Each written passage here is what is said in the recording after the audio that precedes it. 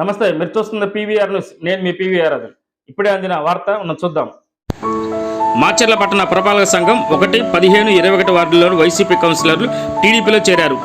వెల్దుర్తిలోని MLA Jolakanti Brahma Reddy కార్యాలయంలో వీరు TDP తీర్థం పుచ్చుకున్నారు. ఎమ్మెల్యే వీరికి టీడీపీ కండవ కప్పి సాధారణంగా పార్టీలోకి ఆహ్వానించారు. పార్టీలో చేరిన వారిలో 1వ వార్డు కౌన్సిలర్ గట్ల కోటిరెడ్డి, 15వ వార్డు కౌన్సిలర్ చందుగౌడ్, 21వ వార్డు కౌన్సిలర్ ముదిశెట్టి శ్రీనివాసరావు ఉన్నారు.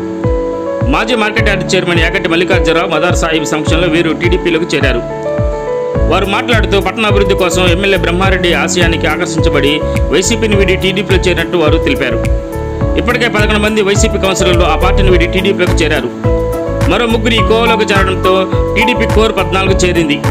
వైసీపీ ప్రభుత్వ హయాంలో పురపాలక సంఘానికి జరిగిన ఎన్నికల్లో పట్టణంలోని మొత్తం 31 వార్డులు వైసీపీ ఏకగ్రీవం చేసుకుంది. కాగా సార్వత్రిక ఎన్నికల్లో కూటమి అధికారంలోకి రావడంతో వైసీపీ కౌన్సిలర్లు టీడీపీ బాట పట్టారు. మరికొంతమంది వైసీపీ కౌన్సిలర్లు టీడీపీలో చేరేందుకు రంగం సిద్ధం చేస్తున్నారు.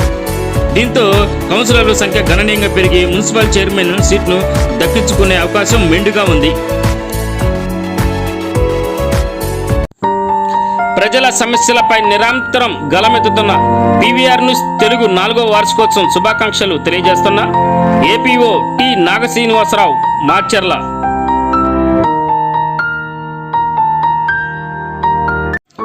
ప్రతి అక్షరం ప్రజల పక్షంగా నిరంతరం పోరాడుతున్న పీవీఆర్ న్యూస్ తెలుగు 4వ వార్షికోత్సవం సందర్భంగా శుభాకాంక్షలు తెలియజేస్తున్న సల్మన్ రాజ్, మాచర్ల సర్వేయర్.